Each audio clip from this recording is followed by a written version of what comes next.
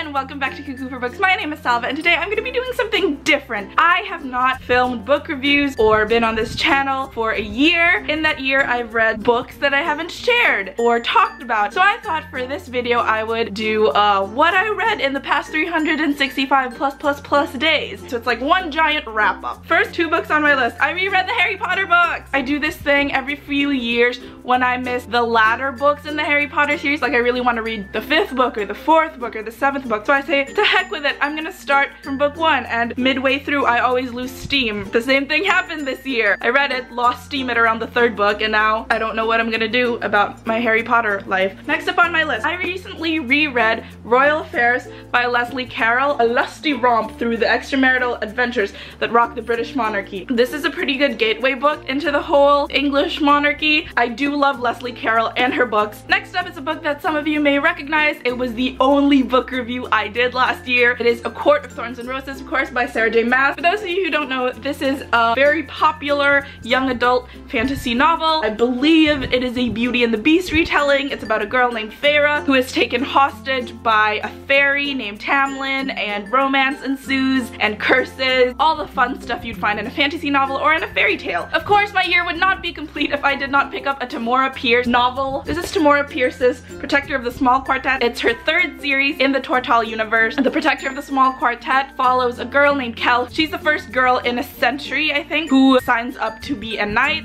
It's a very feminist series. I love how we get to know the world of Tortall a bit more. Another historical book I read this year was In Destiny's Hands by Justin, I don't know how to say his name, Justin C. This is about 5 of Empress Maria Theresa's children. So you've got, geez, I don't know their names. I'm not coming off as a very good book reviewer, am I? This was a rare historical non-fiction biography wherein I actually read the inspiration for this biography. The author said he was inspired to write this novel because of the biography Born to Rule by Julia P. Gillardi, and that was my very first non-fiction royal biography ever. I really saw the similarities. I thought he was trying too hard, if we're being quite honest, but I also enjoyed getting to learn about these 5 royals because I feel like, except for Marie Antoinette, they don't really get a lot of the limelight when it comes to literature. So I thought this was a very informative, if a bit dull, read. Next 2 books I read were the Crazy Rich Asians series. I read Crazy Rich Asians and China Rich Girlfriend. I did a review on Crazy Rich Asians recently. I have yet to do my review on China Rich Girlfriend because I'm stupid and I'm lazy. That's all the reasons I can give you. I think I'll do a review of this after I go see the movie, because then if I watch the movie and then I'll make a review on the movie and then I'll get confused and then blah blah blah blah. You've heard of them. Everyone's been talking about the movie. I don't need to explain more. If you want to know more,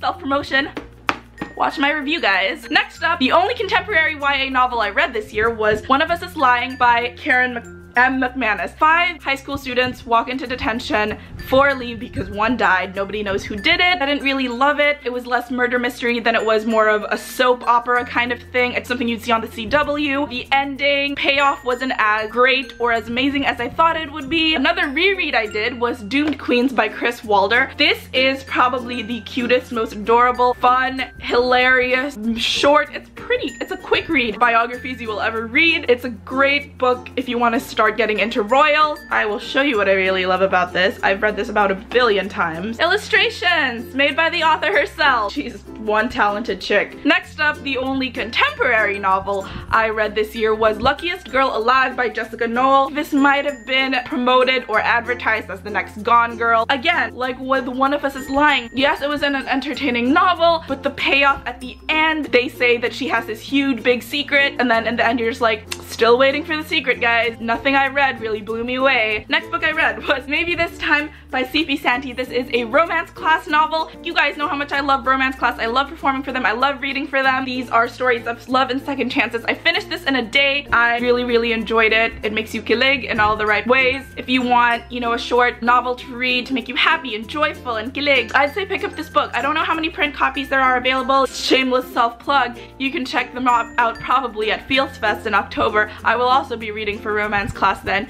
so visit. Okay, I'll stop. Last book I read for the year was CC by Alison Pataki. This is a sequel to, I want to say the book's called The Reluctant Empress, The Accidental Empress. This is about Elizabeth, Empress of Austria and Hungary. So the first book took us from her engagement all the way to her marriage as Empress of Austria up to her being crowned Queen of Hungary, and this book takes on the latter part of her life. I'm a fan of the author's writing. I'm not too sure if I'm crazy about the subject herself. I really wanted to know more about her. In the end, I didn't love her as much as I guess you would expect loving a person you've read 2 novels about. I still think if you're a fan of history, definitely pick it up. And that about does it for my video on a year's worth of books. You can follow me on my other bookish adventures on Twitter and Instagram, both at Cuckoo for Books. Please subscribe and I will see you guys very soon. Bye guys!